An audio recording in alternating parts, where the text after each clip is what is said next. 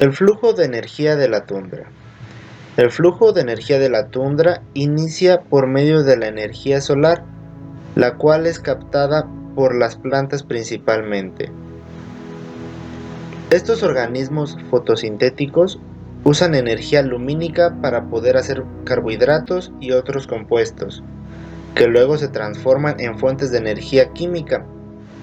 Los productores sobrepasan en peso a los consumidores. El 99% de toda la materia orgánica del mundo vivo está constituida por plantas y algas. Todos los heterótrofos combinados solo dan cuenta del 1% de la materia orgánica. En la tundra podemos encontrar 1700 tipos de plantas, como son los arbustos pequeños, pastos, líquenes de reno, también conocidos como musgo de reno, las plantas hepáticas y las gramas. Pero también podemos encontrar 400 variedades de flores, como las de los líquenes foliosos y crustáceos. Sin embargo, comparado con otros biomas, esto no es realmente una gran cantidad de especies. Una vez que la energía solar ha sido procesada por los productores, esta ingresa en el mundo animal a través de las actividades de los herbívoros, también conocidos como consumidores primarios. Estos son animales que comen plantas o algas. Son eslabones intermedios del flujo de la energía. Un herbívoro puede ser una oruga, un elefante, un erizo, y en la tundra podemos encontrar al reno, el buey almizclero, la liebre ártica. Y de toda esta energía orgánica obtenida, solo se aprovecha el 10%, dando así lugar al diezmo energético, en la que se establece que los organismos solamente pueden capturar el 10% de la energía del nivel, en el nivel trófico inmediato superior. El siguiente nivel es el de los consumidores secundarios. Está constituido por carnívoros, que son animales que comen otros animales. En la tundra podremos encontrar al zorro ártico, al halcón peregrino, el oso polar, entre muchos otros. Y posterior consumo de los animales. Suelen tener un cuerpo preparado para cazar, con garras filosas, y son veloces para poder atrapar a sus presas. Sus cuerpos y formas ya vienen preparados para perseguir a su alimento. Aunque otro elemento que influye en la supervivencia en la tundra es saber qué y cuándo comer. Aunque también muchos animales en la tundra hibernan durante los largos y fríos meses de invierno. La hibernación es un periodo de descanso que dura varios meses. Durante este tiempo, los animales se quedan escondidos en sus madrigueras. Su metabolismo se vuelve más lento hasta entrar en un estado latente, de modo que el cuerpo requiere menos energía para llevar a cabo las funciones necesarias. Para esa energía, el animal depende de las grasas que fueron almacenadas durante el verano. El último nivel, el de los descomponedores. Los descomponedores son responsables de la descomposición de productores y consumidores muertos en la cadena alimentaria, así como los desechos de los consumidores primarios y secundarios. Estos ayudan a la reposición del suelo con los nutrientes necesarios para el crecimiento de las plantas. En la tundra, los descomponedores incluyen bacterias, líquenes y hongos. Los líquenes son una relación simbiótica entre las algas y los hongos, por lo que las algas proporcionan alimento para los hongos, mientras que los hongos apoyan y protegen a las algas. En la tundra, la temperatura juega un papel importante en la descomposición de materia orgánica, dado a que las regiones de tundra, tales como las regiones árticas y montañosas del mundo, tienen temperaturas extremadamente bajas, por lo que la tasa de descomposición de las especies descomponedoras es menor que en las regiones más cálidas del mundo. Los factores bióticos y abióticos son los elementos vivientes y no vivientes de un ecosistema o bioma que ayudan a formar este sistema. Los organismos vivos, como las plantas, los animales, los hongos y las bacterias, componen los factores bióticos. Los factores abióticos en la tundra son los elementos no vivos del ecosistema, como la temperatura y la precipitación. Los factores abióticos característicos de la tundra son las temperaturas bajas y los vientos fuertes. La baja precipitación y el hielo permanente también ayudan a dar forma a la tundra ártica. Las temperaturas invernales en esta tundra promedian los 30 grados Fahrenheit bajo cero. Las temperaturas en la tundra alpina varían ampliamente, pero a menudo son bajo cero. Fuertes vientos soplan con frecuencia en ambos tipos de tundra. La tundra ártica recibe una precipitación de solo 6 a 10 pulgadas por año. Los suelos son generalmente pobres y bajos en nutrientes. La baja tasa de descomposición de la materia orgánica significa que los suelos se forman lentamente.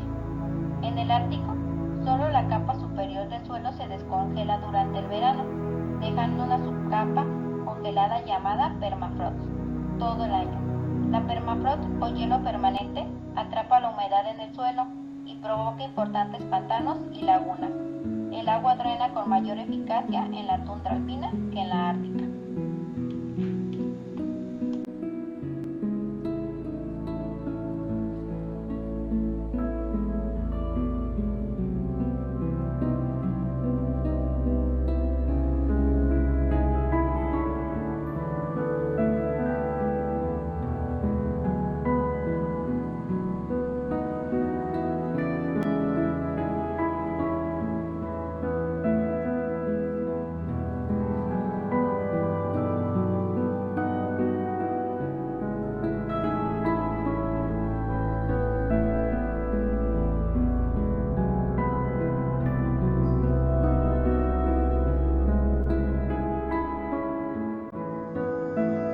El oso polar es una especie icónica de este bioma y se encuentra principalmente dentro del círculo polar ártico. Están bien adaptados para sobrevivir en el clima frío y son excelentes nadadores.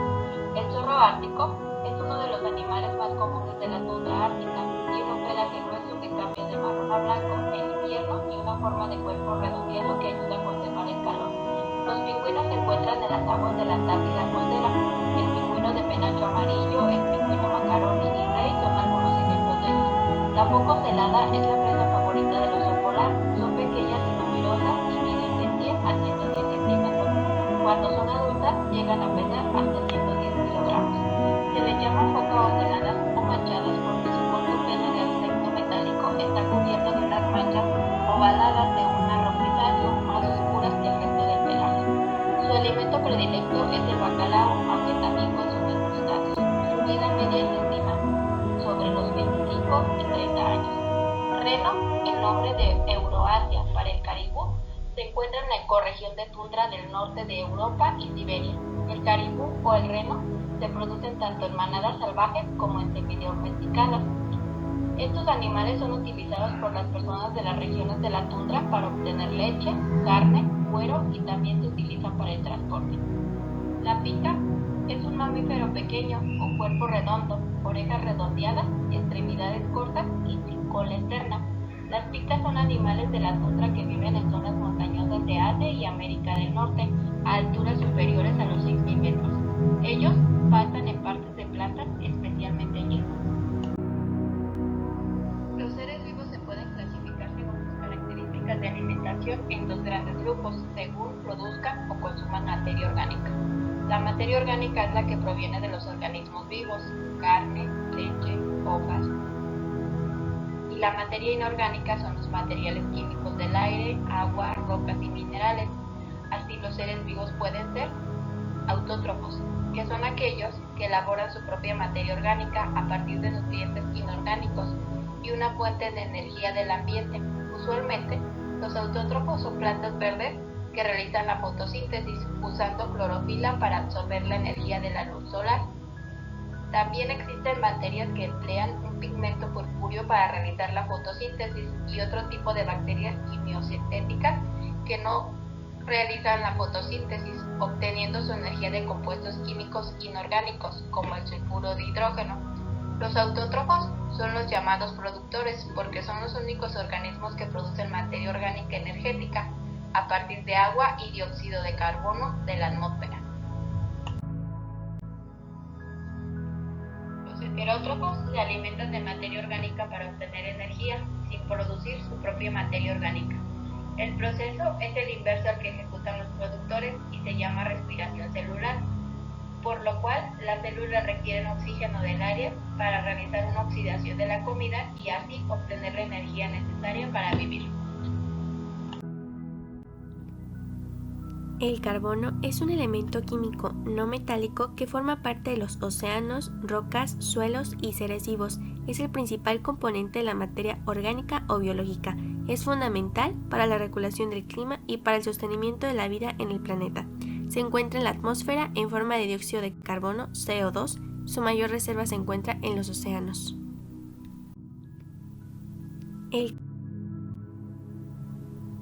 El ciclo del carbono comienza con la combustión, la liberación del calor hacia el medio ambiente. En los últimos años, el ciclo del carbono en la región del Ártico registra una aceleración debido al incremento en las temperaturas de la Tierra, lo que desencadena un cambio radical en el ecosistema de la tundra. Los suelos que rodean los confines del Ártico, por encima de los 60 grados de latitud norte, contienen grandes cantidades de carbono en forma de materia orgánica. El carbono, en la atmósfera, se combina con el oxígeno y se forma el dióxido de carbono. Durante el verano ártico, las capas superiores del deshielo del suelo y los microorganismos ayudan a descomponer esta materia orgánica, produciendo el famoso dióxido de carbono. Cuando las temperaturas frías regresan en octubre, las capas de suelo descongeladas empiezan a enfriarse, pero las altas tasas de emisiones de dióxido de carbono continúan hasta que el suelo se congela completamente. El dióxido de carbono, que fue liberado en la atmósfera por medio del descongelamiento del permafrost, el permafrost es la capa del suelo permanentemente congelada. Lo absorben las plantas por medio del proceso de fotosíntesis. El proceso de fotosíntesis es llevado a cabo por las plantas para generar su propio alimento. De igual manera, las plantas capturan el dióxido de carbono que está en la atmósfera y lo transforman en oxígeno. Los seres vivos autótrofos y heterótrofos respiran dicho oxígeno, liberado por las plantas para producir dióxido de carbono, que es liberado nuevamente a la atmósfera. Pero los seres vivos se quedan con una parte del carbono en su organismo. Mediante los niveles tróficos, el carbono es consumido por los consumidores primarios, herbívoros, animales que se alimentan de las plantas, las cuales tienen en su organismo vegetal un alto contenido de carbono. Los consumidores secundarios se alimentan de los primarios, adquiriendo ahora ellos el carbono en su organismo. El carbono vuelve al suelo ártico con ayuda de los descomponedores, ya que estos microorganismos ayudan a descomponer la materia orgánica de los cuerpos de los animales muertos, ya que los fosilizan, y esos fósiles contienen gran cantidad de carbono, al igual que sus desechos como las heces. El carbono nuevamente regresa al permafrost, que es el suelo congelado. En los océanos y otros cuerpos de agua también absorben el carbono de la atmósfera por medio de las algas, que realizan la fotosíntesis y absorben el dióxido de carbono. Los peces se comen a las algas y por medio de las cadenas tróficas se transmite el carbono. Cuando los peces defecan o mueren, se descomponen y fosilizan con ayuda de los descomponedores, que son bacterias y hongos. Sin embargo, en medida en que aumentan las temperaturas, la cantidad de tiempo que se almacena el carbono en el suelo ártico disminuye, por lo que es más el carbono que se libera de lo que las plantas pueden capturar. Tomando en cuenta que en este ecosistema no hay mucha variedad de plantas, por lo que concluimos que el tiempo de residencia del carbono en el Ártico conducirá a cambios estacionales y de largo plazo más rápidos y pronunciados. El ciclo del carbono es uno de los ciclos biogeoquímicos más importantes. Es necesario para el equilibrio de la Tierra al ser el carbono el principal componente de la materia de los seres vivos. El dióxido de carbono influye en el clima del planeta, ya que atrapa parte de la radiación del Sol y así el calor se mantiene constante e idóneo para la supervivencia. Sin embargo, En las últimas décadas, los niveles de dióxido de carbono han aumentado bastante, debido principalmente a la quema de combustibles fósiles, lo que ha contribuido al fenómeno conocido como calentamiento global y subsecuentemente al cambio climático.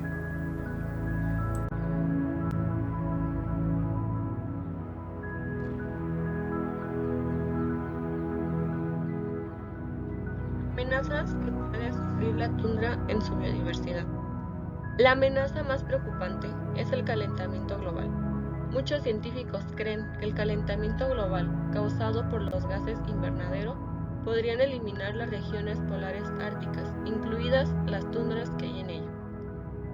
Otra preocupación existente es la de que alrededor de 1/3 del carbono secuestrado en el suelo se encuentra en el permahielo de la tundra. A medida que este suelo congelado se funde, su contenido orgánico comienza a descomponerse, liberando dióxido de carbono, un gas de efecto invernadero. Más de 1/3 del carbono obtenido del suelo es encontrado en los biomas de la tundra. Actualmente se considera a esta región excelente fuente de carbono gaseoso, pero cuando el permafrost se derrite, el carbono se libera al aire en forma de dióxido de carbono y metano. Este hecho representa una amenaza para el medio ambiente, debido a que estos gases contribuyen al calentamiento global.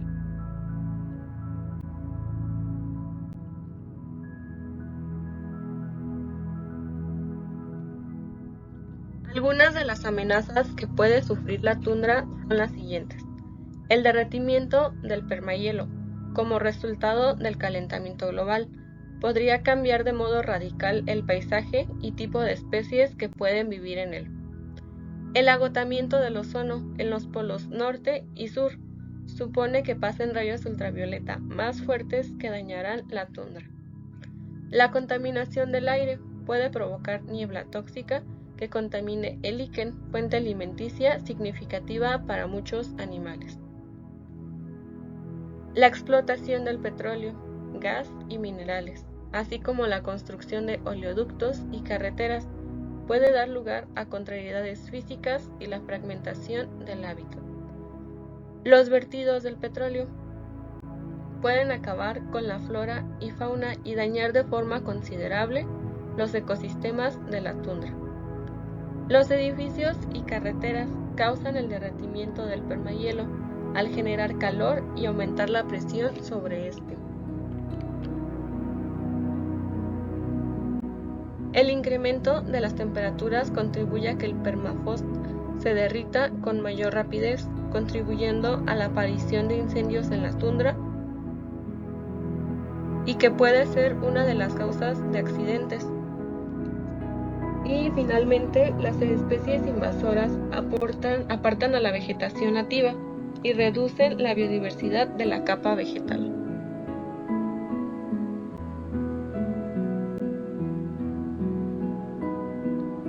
Recursos naturales que brinda la tundra.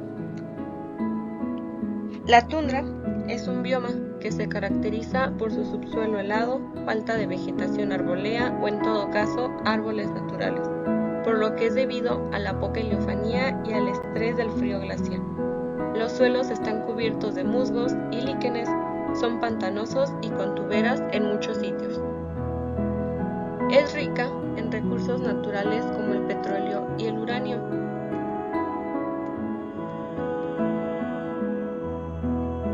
Pues muchas de las zonas de la tundra tienen depósitos de petróleo.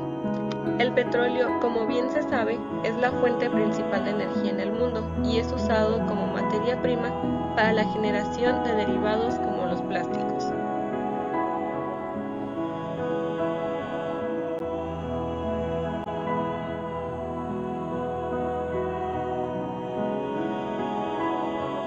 Mientras que el uranio, a menudo, mediante grandes minas a cielo abierto, en los que la zona de la tundra es necesario mover y filtrar los montículos del permahielo, debido a que es un elemento raro en la corteza terrestre y es difícil de obtener, aunque muchas zonas de la tundra contienen uranio en el suelo.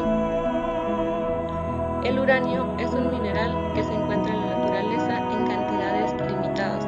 Por esto, tanto tanto el petróleo como el uranio resultan ser recursos no renovables.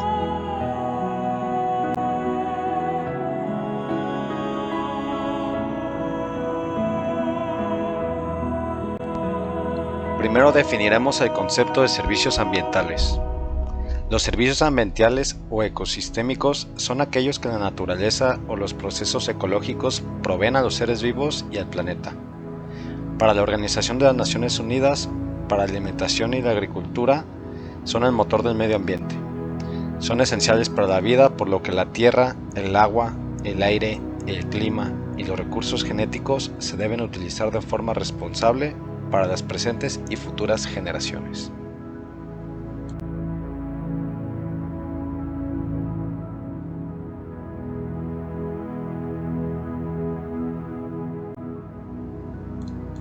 Los servicios de provisión son los beneficios materiales que las personas obtienen de los ecosistemas como agua, alimentos, medicina y materias primas.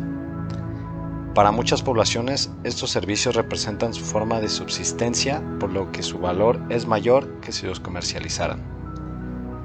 Un ejemplo que se puede encontrar en la tundra es la provisión de agua, que consiste en que el agua es uno de los recursos naturales más importantes en la vida del ser humano. Es utilizada en procesos industriales, en la higiene doméstica, higiene personal y en el consumo y la preparación de los alimentos. El agua, al ser potabilizada, se obtiene de fuentes superficiales o subterráneas. Si se trata de aguas subterráneas profundas, el proceso de depuración es más sencillo, ya que se trata de fuentes menos contaminadas.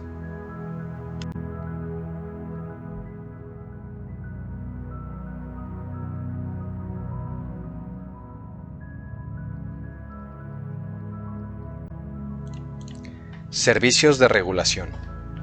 Entre los servicios de regulación están el clima y la calidad del aire, el secuestro y almacenamiento de carbono, la moderación de fenómenos naturales, el tratamiento de aguas residuales, la prevención de la erosión y conservación de la fertilidad de suelos, el control de plagas, la polinización y regulación de los flujos del agua. Para muchas personas son invisibles y se dan por sentados, sin embargo, cuando se ven afectados, como la calidad del aire o el suelo, las consecuencias son importantes y en algunos casos resulta difícil de reparar. Como ejemplo, en diversos sitios coinciden en que la tundra es un excelente pozo de carbono y hace la función del almacenamiento del mismo. Sin embargo, su capacidad de almacenamiento está seriamente dañada por razón del aumento de la temperatura. Los organismos vivientes emiten cada vez más CO2 en la atmósfera, mientras que el mecanismo de captura por fotosíntesis se ve afectado en ciertos niveles.